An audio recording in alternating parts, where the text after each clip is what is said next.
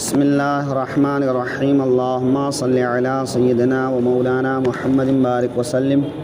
صلاۃ و سلام علیک یا رسول اللہ صلی اللہ تعالی علیہ وآلہ وسلم۔ درس قرآن کے سلسلے میں آج سورہ بقرہ کی آیت نمبر 88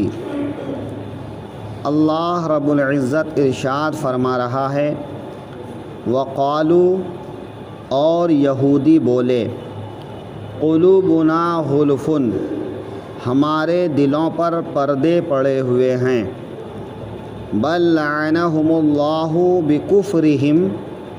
بلکہ اللہ نے ان پر لعنت کی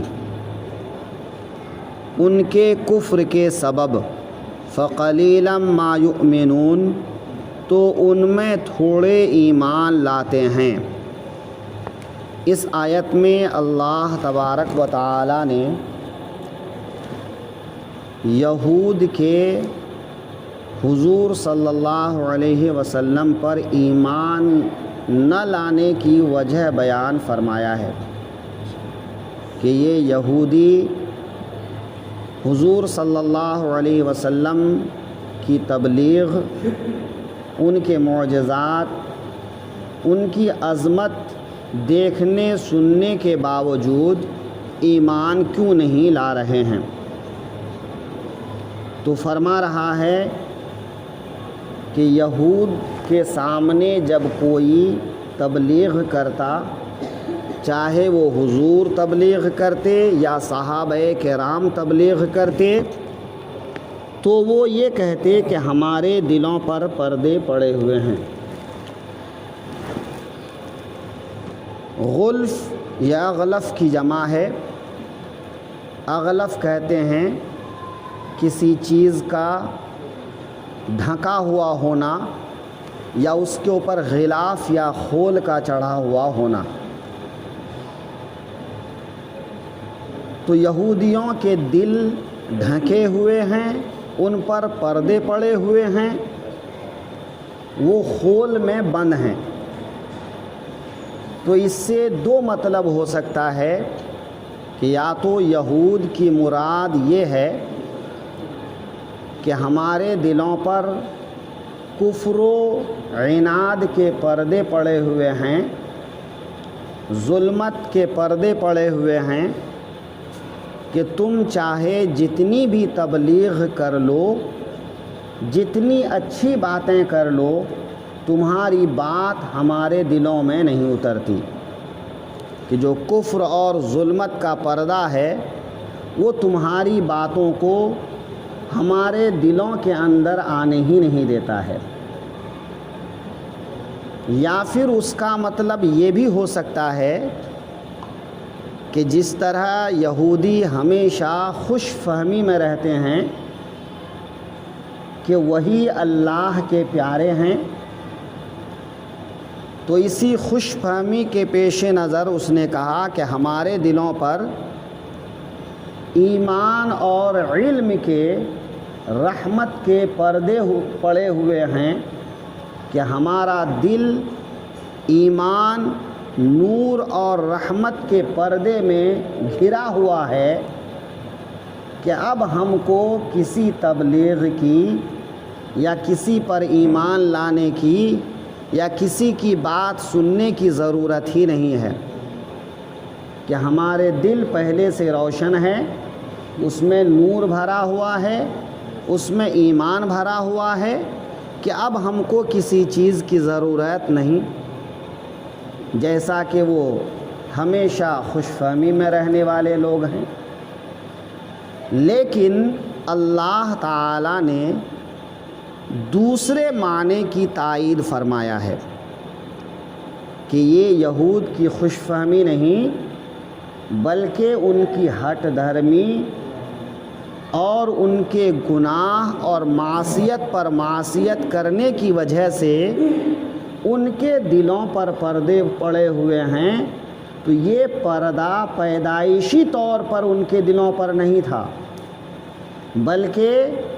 انہوں نے جو بار بار کفر کیا، بار بار نافرمانی کی، تو اللہ تعالیٰ نے ان کے اوپر لعنت بھیج دی،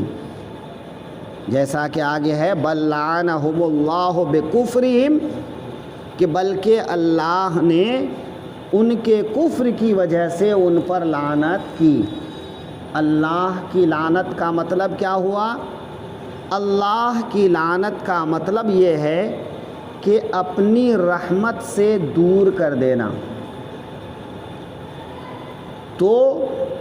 وہ یہودی اللہ کی رحمت سے اتنے دور ہو چکے ہیں کہ گویا رحمت سے دور ہونے کی وجہ سے ان کے دلوں پر غلاف چڑھ گیا ہے، پردہ پڑ گیا ہے کہ اب اس کے اندر ہدایت داخل نہیں ہو سکتی ہے، ایمان داخل نہیں ہو سکتا ہے۔ تو یہ یہودیوں کی خوش فہمی نہیں یا ان کے بے نیاز ہونے کی دلیل نہیں، بلکہ ان کی حقارت اور ان کی بدبختی کی دلیل ہے کہ وہ ایسے حقیر لوگ ہیں، ناخلف لوگ ہیں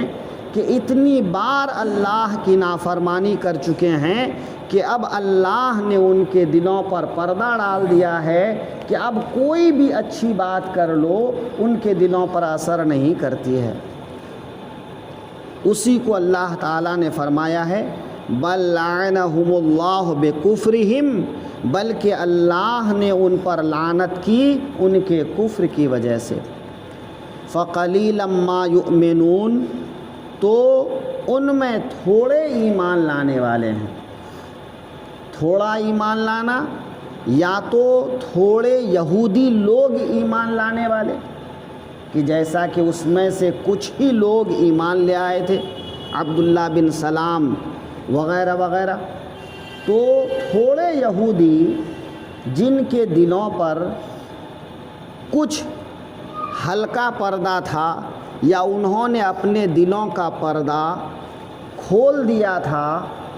ان کو ہدایت نصیب ہو گئی اور وہ حضور پر ایمان لے آئے، انہوں نے بڑا مرتبہ حاصل کیا۔ یا یہ کہ ان کا ایمان بھی تھوڑا ہے، کہ اگر وہ ایمان لائے بھی تو تھوڑا ایمان لائیں،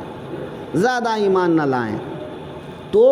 یہ قلیل یعنی تھوڑا، یا تو ان کے لوگوں کے اعتبار سے، یا اگر وہ ایمان لائیں، اگر ایمان کی صفت کہیں تب بھی وہ تھوڑا ایمان لانے والے ہیں، یعنی پوری طرح وہ ایمان لانے والے نہیں ہیں۔ تو اس طرح سے اللہ تعالیٰ نے یہودیوں کی ایک اور شامت بیان فرمایا کہ وہ ایسے لوگ ہیں کہ باتیں تو بڑی بڑی کریں گے لیکن ان پر اللہ کی پھٹکار ہے، کہ ان میں سے زیادہ تر لوگ ہدایت سے منہ موڑے ہوئے ہیں اور اللہ ان کو ہدایت کی توفیق بھی نہیں دیتا ہے۔ یہ آج کے مسلمانوں کو سوچنے کی ضرورت ہے کہ مسلمان دنیا داری میں اتنے مشغول ہو گئے ہیں کہ ہم ایسا تو نہیں کہیں گے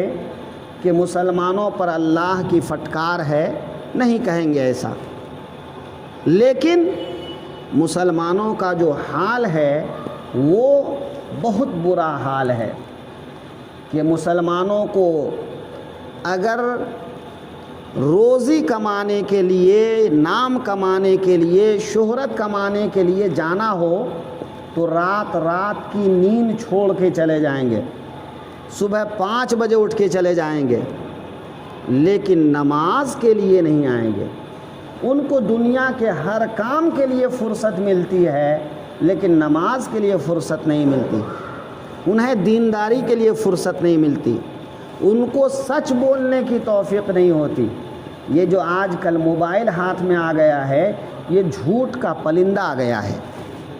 کہ اس میں تو آدمی کھڑا کھڑا جھوٹ بولتا ہے۔ مسجد کے دروازے پہ کھڑا ہے،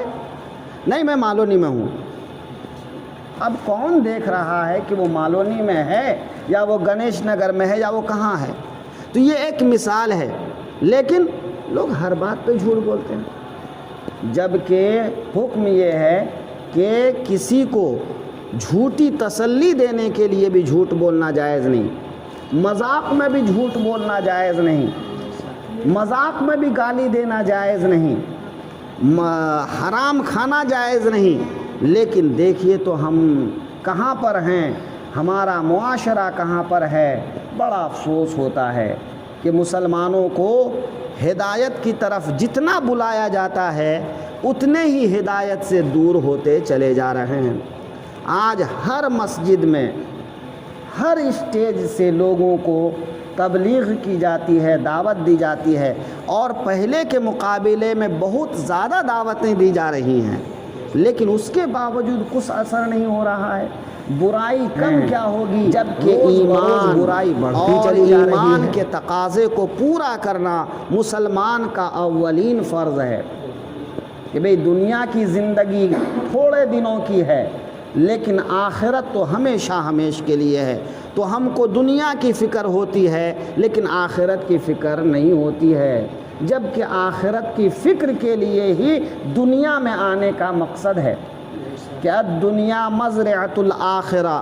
دنیا آخرت کی کھیتی ہے، یعنی یہاں جس طرح کھیتی کرو گے اسی طرح آخرت میں پھل ملے گا۔